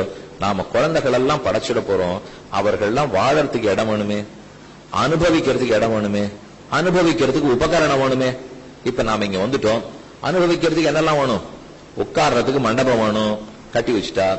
உட்கார்றதுக்கு நாற்காலி வேணும், கட்டி வச்சுட்டா. சொல்றதுக்கு உபன்யாசகர் வேணும், ஏற்பாடு பண்ணிவிட்டா. முடிஞ்ச பிற்பாடு போகிறச்சே அப்படியே செவிக்குணவில்லாத பொழுது சிறிது வயிற்றுக்கும் ஈயப்படும் பசி. இனிமே போய் தலிகை எல்லாம் பண்ண முடியுமா? வீட்டுக்கு போனா ஏதோ இங்கேன்னு போறச்சவே அப்படி சாப்பிட்டு போயிட்டு படுத்துடலாம். இல்லையா? ஒண்ணு இல்ல, கேட்டதை பத்தி சிந்திச்சுட்டே படுத்துக்கிறது. ஏன்னா அது போனப்புறம் புதுசா தலிகை பண்ணோம்னா இதெல்லாம் மறந்து படுத்துனா. அதனால சாப்பாடும் கொடுத்துட்டாள்னா நிம்மதியா சாப்பிட்டுட்டே போயிடலாம். அப்ப இந்த பத்மநாப சுவாமி கோவில்ல இருந்து என்னென்ன ஏற்பாடு பண்ணிருக்கா? மண்டபம், நாற்காலி, உபன்யாசகர், பிரசாதம். 4 இருக்கும் இல்லையோ, நமக்கே தெரியறதே படைக்கிற பிரம்மம் பண்ண மாட்டாரா? அதனாலதான் இந்த ஜீவாத்மாக்களை படைக்கிறார்னு ஒண்ணு தோட்டம், துறவு, நதி, மலை, செடி, கொடி எல்லாத்தையும் படைக்கிறார். இவன் சாப்பிடறதுக்கு வேண்டிய அன்னம், கோதுமை, பருப்பு, நெல்லு, கலர் எல்லாத்தையும் படைக்கிறார். அதை வச்சு சாப்பிடறதுக்கு உண்டான பாத்திரம், பண்டம், தலிகை பண்றதுக்கு பாத்திரம், நெருப்பு, அடுப்பு எல்லாத்தையும் படைக்கிறார். இவன் பேசி பேசி சிரிக்கிறதுக்கு வேண்டிய உறவுக்காரர்கள் எல்லாம் படைக்கிறார். அப்பப்ப ஏமாத்துறதுக்கு வேண்டிய விரோதிகள் எல்லாம் படைக்கிறார். யார் வேண்டுமோ எல்லாத்தையும் ஆக போக போகோபகரண போகஸ்தானங்கள் அனைத்தும் போகஸ்தானங்களை படைக்கிறார், போக உபகரணத்தை படைக்கிறார். ஒரு பாத்திரம் தத்தியானம் கொடுத்துட்டோம், பாத்திரத்தை பார்த்து சாப்பிட முடியுமா? கரண்டி வேணுமே, அதான் உபகரணம். ஒரு கரண்டி இருந்தா தான் எடுத்து போட்டுக்க முடியும், இலை இருந்தா தான் சாப்பிட முடியும், கை இருந்தா தான் வாயில போட்டுக்க முடியும். இது மொத்தத்தையும் படைக்கிறாருங்கிறது. ததா அன்னம் அபிஜாயத்தே. இந்த ஜீவன் போகப்படுறதுக்கு அனுபவிக்கிறதுக்கு அன்னம், அதான் சமஷ்டி. சமஷ்டியப்படுது. அன்னாத் பிராணா, அன்னத்திலிருந்து பிராணன் உருவாருது. பிராணோ மனஹ, அதை மனசு உருவாக்குறார். சத்தியம் லோகாக, அனைத்து பஞ்சபூதங்களை எல்லாம் உருவாக்குறார். பிருத்திவியப்தேஜோ வாயுவாகாசங்கள், கர்மசுச்ச அமிர்தம். இந்த கர்மங்களை வைத்துக் கொண்டு மோட்சம் அடையறதுக்காக இது இத்தனையும் உருவாக்குகிறார். அப்ப அவர் எதற்காக உருவாக்குறார்னா அமிர்தம், மோட்சம் அடையறதுக்கு. எஸ் சர்வஜ்ஞ சர்வவித் எஸ்ய ஞானமயம் தபஹ தஸ்மாதேத பிரம்மநாம ரூபம் அன்னஞ்ச ஜாயதே. அத்தோட இந்த முதல் கண்டம் முடிய போறது. முதல் முண்டகம் முதல் கண்டத்தின் கடைசி ஸ்லோகம் 9வது மந்திரம் 9வது ஸ்லோகம். எஸ் சர்வஜ்ஞ, யாரொருத்தன் அனைத்தையும் அறிந்தவனோ. எஸ் சர்வஜ்ஞ சர்வவித், யாரொருத்தன் எல்லாத்தையும் தெரிஞ்சின்றவரோ. என்ன வித்தியாசம்? சர்வஜ்ஞங்கிறதுக்கு சர்வவித்ன்றதுக்கு என்ன அர்த்தம்? சர்வஜ்ஞன்னா கூட எல்லாத்த பத்தின அறிவு இருக்கிறவர்னு பொருள். சர்வவித்னு சொன்னால் அனைத்தையும் அறிந்தவர்னு பொருள். அப்ப அறிந்தவர் அறிந்தவர் எல்லாத்தையும் அறிந்தவர் எல்லாத்தையும் அறிந்தவர்னா 2 விஷயம். படைக்கணும் இல்லையோ, அந்த படைப்புக்கு வேண்டிய கருவிகள் அவர்கிட்ட இருக்கணுமே. படைச்சப்பறம் நாம அனுபவிக்கிறதுக்கு உண்டான கருவிகள் எல்லாம் இத்தனை சொன்னேன். இடம் இருக்கு, சோறு இருக்கு, பிராணன் இருக்கு, மனசு இருக்கு. சிந்திக்கிறதுக்கு மனசை கொடுத்தார், பாக்குறதுக்கு கண்ணை கொடுத்தார், கேட்கறதுக்கு காதை கொடுத்தார், ஓடுறதுக்கு காலை கொடுத்தார், எல்லாம் கொடுத்தார். ஆனா அவருக்கு இந்த படைப்புக்கு உதவறதுக்கு வேண்டியது வேண்டாமா? அவர் எதையும் எதிர்பார்க்கவே மாட்டாரு. அவர் தான் நிரபேட்ச சகாய அசகாயனா இருக்கிறவர். யாரையும் சகாயமா ஏத்துக்க மாட்டார்.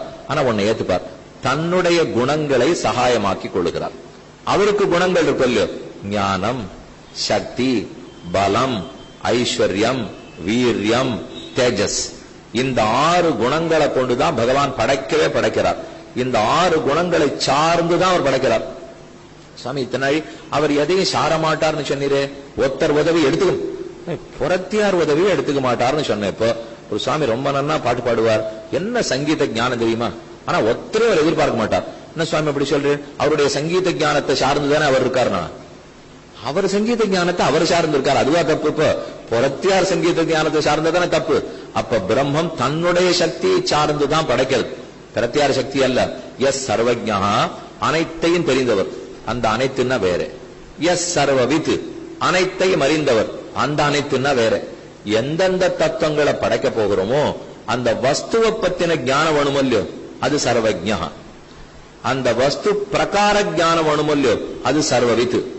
சட்டுன்னு புரியணும்னா ஞாபகம் வச்சுங்க, இன்னது இணையது. வாசக்கதவை யாரோ தட்டினா, யாரோ ஒரு பிள்ளை உட்காந்து இருந்தார், போய் திறந்து விட்டார். நான் உள்ள அடுக்கலையில வேலையா இருந்தேன். வந்து பார்த்தா யாரோ ரொம்ப பெரியவரா நின்றுருக்கார், என்னத்தையோ விசாரிச்சு வந்திருக்காரு. இந்த வீட்டுக்கு ஏன் வந்தாருன்னே தெரியல. வந்தவரை சமாளிச்சு அனுப்புறதுக்குள்ள போரும் ஆயிடுச்சு. யாரோ ஒரு பிள்ளை உட்காந்து வச்சிருந்தேன் இல்லையோ, அவர்கிட்ட வந்து கோச்சினேன், இன்னார் என்ன யாருன்னு தெரியாம இப்படி திறந்து விடலாமா? அவர்கிட்ட கேட்டேன். அந்த பிள்ளை திருப்பி கேட்டான், அது என்னது இன்னார் இணையார்? நம்ம இன்னார் இணையார்னு தெரியாத திறந்து விடலாமான்னு. இன்னார்னா என்ன, இணையார்னா என்ன? ஒரு வஸ்து இன்னதுன்னு தெரிஞ்சுக்கிறது வேற, இணையதுன்னு தெரிஞ்சுக்கிறது வேற. சம்ஸ்கிருத இத்தம், இதம் இத்தம்னு 2 சொல்லுவா. இதம் இது, இத்தம் இணையது. இது வேற, இணையது வேற. அது ரெண்டும் ஒன்னும் சம்ஸ்கிருதத்துல சொன்னாலும் புரியல, தமிழ்ல சொன்னாலும் புரியல. இது இணையதுன்னாலும் தெரியல, இதமித்தம்னாலும் தெரியல. இன்னைக்கு இலக்கணம் எந்த பாஷையா இருந்தாலும் அவ்வளவுதான் இருக்கு. இலக்கணம் எங்க கத்தரா? பள்ளிக்கூடத்துக்கு போனா இப்பெல்லாம் ஒண்ணு பெரிய எதை பார்த்தாலும் பொறியியல் கணிப்பொறி தட்டின்றே இருக்க வேண்டியதான். இது ஒன்னத்தான் படிக்கிறோமே தவிர இலக்கணம் படிக்கிறோமா, இலக்கியம் படிக்கிறோமா, தேமாங்காய், புளிமாங்காய், கருவிளங்காய், கூடுவிளங்காய், இதெல்லாம் ஒன்னும் 6 எந்த பாஷையிலுமே தெரியாது. எந்த மாநிலத்துக்கு போனாலும் அந்தந்த பாஷையில தெரியல. அப்படி பார்த்தீங்கன்னா மொத்த பாஷையும் சம்ஸ்கிருதத்தின் நிலைதான். இப்போ நம்ம சொல்லிட்டு இருக்கோம் சம்ஸ்கிருதத்துக்கு மட்டும் எதுவும் இல்லை, அதனுடைய இலக்கணம் எல்லாம் தெரியாதுன்னு. அது இந்த சத்தமத்தனையும் தமிழகத்தினுடைய 4 எல்லையோட சரி, அவ்வளவுதானே. இதுவரை இதை தாண்டி ஆச்சுன்னா ஓஹோன்னு இருக்கு சம்ஸ்கிருதம், ஒரு குறவும் இல்லை, எல்லா இடத்துலயும் நன்னாத்தான் இருக்கு. இதுக்குள்ள நமக்கு ஒரு 50 வருஷமா பாடம் இல்லையோ, அதனால இது ஓடிட்டு இருக்கே தவிர எவ்வளவு நாள் போறதுன்னு பார்ப்போம். அதனால இது ஏதோ என்னைக்கும் தேவ பாஷை, கீர்வாணி சம்ஸ்கிருத பாஷை, அதெல்லாம் எங்கேயும் போடாது, ஆணித்தரமா இருக்கத்தான் இருக்கும். ஒத்தொத்தர் உள்ளத்துல இருக்கு. மேலும் ராமாயணம் மகாபாரதம் கீதை இருக்கிற வரைக்கும் சம்ஸ்கிருதம் எங்க போறது? எங்கேயுமே மாறவே மாறாது. இத்தனை உபநிஷத்துக்கள் ஆதாரமா கொண்டுதான் பிரம்ம ஜானமே பெறணும். சற்று நமக்கு இருக்காதுன்னா நன்னா இருக்கு, என்னமோ பேண்டே இருக்கு. அந்த மொழி பட்டு போனது, இறந்து வருகிறதுங்கிறா. எத்தனையோ மனுஷன் இறந்து போயாச்சு, அது எங்கேயும் போல ஜாகிரதையா இருந்துதான் இருக்கு, எப்பவும் இருக்கத்தான் போறது. இதுக்கு சொல்றேன், இலக்கணம்ங்கிறத தெரிஞ்சுக்கணும். இதுன்னா என்ன? இப்போ ஒரு வஸ்துவை தெரிஞ்சுப்போம். இது என்னது? ஒலிபெருக்கி. இது அடுத்தது இதை நேத்தி கொண்டு வைக்கச்சே ஒருத்தர் இதெல்லாம் கொட்டி கட்டி எல்லாம் பண்ணாரோ இல்லையோ, அப்போ இது தள்ளி இருக்கே, நான் முகத்தை திருப்பினான்னா அப்படி சொல்ல வேண்டாம். இது ஒரு சிறப்பான ஒலிபெருக்கி. நீர் இங்க முகத்தை திருப்பினாலும் அது வாங்கிக்கும், நீர் இங்க முகத்தை திருப்பினாலும் அது வாங்கிக்கும், ஆகாசத்தை பார்த்தினாலும் பேசும், பக்கத்துல யாராலும் சத்தம் போட்டா அது வாங்கிக்காது. அதை போல ஒண்ணு வாங்கி வச்சிருக்கேன். இன்னொரு ஒலிபெருக்கி இருந்தது, அதை பார்த்துட்டு அதுவும் இதெல்லாம் பண்ணுமோ? அது பண்ணா சுவாமி, அது 1000 ரூபாய், இது 10,000 ரூபாய். உடனே வித்தியாசம் சொன்னார். அது ஏன் 1000? இது அது பண்ண நிறுவனமே வேற, அவளுக்கு பண்ணவே தெரியாது, சுமாரா பண்ணிருக்கா. இது பண்ணதே வேற, அவளுக்கு ரொம்ப நன்னா தெரியும், அதனால பண்ணிருக்கா. சாமி கேட்க செய்தி என்னதுன்னா வெறும ஒலிபெருக்கின்னு ஒரு வார்த்தை சொன்னீர். இப்ப அதுக்கு மேல கேட்க கேட்க 10 கதை எழுதுறீர். அதுக்காக இப்போ என்ன சொல்ல வரீர்னா, நீர் இது என்னதுன்னு கேட்டீர், இதுன்னு சொன்னேன். இது எப்படிப்பட்டதுன்னு கேட்டீர், இணையதுன்னு சொன்னேன். வித்தியாசம் இருக்கு இல்லையோ? இதுன்னு சொல்றது வேற, இணையதுன்னு சொல்றது வேற. அப்போ பிரம்ம முதல்ல நம்ம எல்லாரையும் தெரிஞ்சுக்கிறாராம். என்ன தெரிஞ்சுக்கணும்? இது இது யார், இது இது இது இது எது என்று முழு ஞானம் இருக்கு. அதத்தான் எஸ் சர்வஜ்ஞான்றது. அடுத்தது இது இணையது இணையது இணையதுன்னு தெரிஞ்சுக்கிறது. ஏன்னா இந்த ஜீவன் மட்டும் தெரிஞ்சுட்டா போறாது, ஜீவர்களை படைக்கணும், இவ யோகம் பண்ணி மோட்சத்துக்கு வரணும். இது இது இதுக்கப்புறம் எந்தெந்த ஜீவன் என்னென்ன கர்மத்துல உழண்டு இருக்கான், எவ்வளவு பாப்பம் வச்சிருக்கான், எவ்வளவு புண்ணியம் வச்சிருக்கான், அதுக்கு தகுந்து என்ன பிறவி கொடுக்கணும், அந்த பிறவியில் அவன் எப்படி தெரிஞ்சுக்க போறான், இவ தெரிஞ்சுக்கிறதுக்கு சாஸ்திரத்தை எப்படி கொடுக்கணும். வெறும் புஸ்தகம் கொடுத்தா போறாதே, செயல்முறை விளக்கம் வேணுமே, அதுக்கு அதை தெரிஞ்சவாளை அனுப்பிச்சு வைக்கணுமே. ஒரு பொருள் வாழ்ந்துட்டோம், துவைக்கிற யந்திரம், அது இல்லாத வீடே கிடையாது. இப்போ நாம யாரும் துவைக்கிறது இல்லை. எக்க அந்த 30,000 ரூபாய் 20,000 ரூபாய் கொடுத்து அந்த ஒரு யந்திரத்தை வாழ்ந்து வீட்டுல வச்சாச்சுன்னா அதுவும் பாடுதுமே. என்னமோ ஒரு மகர்ஷி உபதேசம் பண்ணி திருப்திப்பட்ட மாதிரி ஆயிடுவோம். தேவர பிரம்ம ஜானமே கிடைச்சிடுத்து. நமக்கு வேண்டியது அது ஒரு நாள் வேலை செய்யலன்னா வா படுற பாடு. என்னமோ இத்தோடைய பிறந்தா அத்தோடைய வளர்ந்தா போலைய. அப்ப அதை கொண்டு வச்சுட்டு அதை சுத்தி ஊத்தி பாக்குறோம், உள்ள துணியை போட்டு பாக்குறோம், தெரியல. அது பளிச்சு ஏதோ எரியறது, இங்க தள்ளுறது அங்க தள்ளுறது. அதுக்கு ஒரு புஸ்தகம் கொடுத்துருப்பாலே கொண்டாங்குறோம். புஸ்தகத்தை எடுத்து பார்த்தோம், படிச்சு பார்த்தோம், ஏற்கனவே இதை நேர பார்த்ததே தேவையில்ல, அதை விட அதுல என்னென்னமோ எழுதிருக்கு, ஒண்ணுமே புரியல. இப்போ இந்த படத்தோட அதை ஒப்பிட்டு பாக்குறதுக்குள்ளே 1/2 மணி நேரம் எடுத்து உடனே கூப்பிடு, இது செயல்முறை விளக்கத்துக்கு ஆள வர சொல்லு. அவர் உடனே வரார். வந்துட்டு என்ன நீங்க பண்ணதெல்லாம் தப்புன்னு ஆரம்பிப்பார். அவர் எப்ப தொடங்கினாலும் இது உங்களுக்கு உபயோகமே படுத்த தெரியலையே, இது இப்படி, அதெல்லாம் நானும் 20 வருஷமா வச்சுன்னு தான் இருக்கேன், ஒழுங்காத்தான் தெரியும்னு வீட்டுல இருக்கிறவ ஆரம்பிப்பா. அது வேற, இது வேற. இது எல்லாமே தானே பண்ணும், புடவைய தானே உடுத்தினுடும், அது நீங்க உடுத்தி கூட வேண்டாம் அப்படின்னு சொல்லி அதுக்கு செயல்முறை விளக்கம் இல்லையா. ஒரு பொருளை கொடுத்துட்டார், சரீரத்தோட பிறந்துட்டோம். ஆனா இதை வச்சுன்னு என்ன தர்மம் பண்ணணும், என்ன அதர்மம் பண்ணக்கூடாதுன்னு தெரியல. அதுக்காக சாஸ்திர புஸ்தகத்தை கொடுத்துட்டார். அத புஸ்தகத்தை படிச்சு நமக்கு தெரியல. வியாசர் அனுப்பிச்சார், வால்மீகி அனுப்பிச்சார், சுகர் அனுப்பிச்சார். செயல்முறை விளக்கம் இன்னென்ன புஸ்தகத்தை வச்சுன்னு இன்னென்ன பண்ணுன்னு பெருமாள் சொல்லணும் இல்லையோ. ஒண்ணும் இல்ல, வந்தவர் கூட ஒன்னும் சரியா சொல்ல முடியல, நான் அவரை நம்பல. இதெல்லாம் இல்ல, உங்க முதலாளி யாரு வர சொல்லணும், ராமகிருஷ்ணாதி அவதாரங்கள். அதுக்குதான் இறங்கி வந்துட்டார். இவளாரையும் அனுப்பிச்சு பார்த்தாலும் போறல, நாமே இறங்கி சொல்லணும்னா நாங்க யாருக்குமே மசிஞ்சது இல்லையே. அவர் வந்தா போல பண்ணிட போறோமா? அதுக்கும் ஒத்துக்கல. கடைசியா பெருமாள் பார்த்து மண்மிசை யோனிகள் தோறும் பிறந்து எங்கள் மாதவனே கண்ணுர நிற்கிலும் காணகில்லா உலகோர்கள் எல்லாம் அண்ணலி ராமானுஷன் தோன்றி அப்பொழுதே நன்னறி ஞானன் தலை கொண்டு நாரணர்காயினரே. பகவானே அவதரித்து ஒண்ணு இவனை திருத்த முடியாதுன்னு கைவிட்டுட்டு போன விற்பாடு ஸ்ரீபெரும் பூதூரிலே சித்திர மாசத்திலே செய்ய திருவாதிரை திரு நட்சத்திரத்திலே ஆதிசேஷனுடைய அவதாரமாய் புண்ணியாம்போஜ விகாசாய பாபத்வாந்த க்ஷயாயச்ச ஸ்ரீமான் ஆதிரபூத் பூமௌ ராமானுஜ திவாகர என்று ஒருத்தர் வந்து தோன்ற அது தோன்றி ஜனங்களுக்கு எல்லாம் நாராயண பராயணாக பகவான் ஆறுங்கிறது தெரிஞ்சுண்டு ஜெகத்காரணத்தை புரிஞ்சுண்டு அகில புவன ஜன்ம ஸ்தேம பங்காதி லீலே வினத விவிதபூத விராதரக்ஷைக தீட்சே ஸ்ருதி சிரசி விதீப்தே பிரம்மணி ஸ்ரீனிவாசே பவதும பரஸ்மின்னு சேமுஷி பக்தி ரூபா அதோ திருமால் காத்திருக்கிறார் திருவடி அடையுங்கோள் என்று சரணாகதி சாஸ்திரத்தை வெளியிட பெற்றோம் பெற்றோம் பெற்றோம் என்று இன்றளவுக்கு பெற்றோம். ஆனால் இது சுலபத்துல பிடிச்சுடல. பெருமான் ரொம்ப பிரயத்தனப்பட்டிருக்காளோ இல்லையோ, சிட்டவதாராதி முகத்தாலே பண்ணின கிருஷிபலம் இவ்வளவு நாளா முயற்சி பண்ணிட்டு இருக்கார். அதை தெரிஞ்சு வச்சிருக்கார். யாருக்கு என்னென்ன கர்மா, அவனுக்கு என்ன கொடுக்கணும், எங்க பிறப்பிக்கணும், அவனுக்கு எப்படி சாஸ்திரம் கொடுக்கணும், இணையது தெரிஞ்சிருக்கோம் இல்லையா. இதான் ரெண்டு. எஸ் சர்வஜா வஸ்து ஸ்வரூப ஞானம் தெரியாது, சர்வவித் வஸ்து பிரகார ஞானம் தெரிகிறது. இந்த ரெண்டும் தெரிஞ்சிருக்கிற ஞானம் இருந்தா தான் படைக்கவே முடியும். அப்பதான் படைப்பதற்குண்டான பிரயோஜனம் கிடைக்கும். நாம் அவரை போய் சேர்ந்தாகணும் இல்லையோ. எஸ் சர்வஜா சர்வவித் எஸ் ஞானமயம் தபஹ, யாருடைய அறிவு என்பதே தபஸோ, எஸ் ஞானமயம் தபஹ தஸ்மாதேத பிரம்ம நாம ரூபம் அன்னஞ்ச ஜாயத்தே. அந்த பிரம்மத்திடத்திலிருந்துதான் இத்தனையும் படைக்கப்பட்டது. ஆதியில் அன்னம் படைக்கப்பட்டது. அன்னாத் பவந்தி பூதானி பர்ஜன்யாத் அன்ன சம்பவ. பிரம்மம் படைக்கிறது. இப்போ ஆகாசத்தை படைச்சுட்டு ஆகாஷாத் வாயு, வாயோர் அக்னி, அக்னேராப, அத்ய பிருத்திவி, பிருத்திவியாமோஷதய, ஓஷதிபியோன்னம் என்று சந்திரமா மனசோ ஜாயத, சக்ஷோ சூரியோ அஜாயத, முகாதிந்திரச்சாக்னிஷ என்று ஒண்ணு ஒண்ணு ஒண்ணு ஒன்னா அனைத்தையும் படைத்து இந்த ஜகத்தையே கட்டி காக்கிறது. அப்ப இது இத்தனைக்கும் பிரயோஜனம் என்ன? படைப்பின் ரகசியத்தை தெரிந்து கொண்டு அந்த பிரம்மத்தை அடையணுங்கிறது பிரயோஜனம். படைச்ச பிரம்மத்தை பத்தி சொன்னார், படைப்பை பத்தி சொன்னார், படைக்கப்பட்டிருக்கிற நம்மளை பத்தி சொன்னார். எல்லாம் சொன்னவருக்கு இதெல்லாம் சரி. பிறந்த இடத்துல நாம என்ன பண்ணணும்?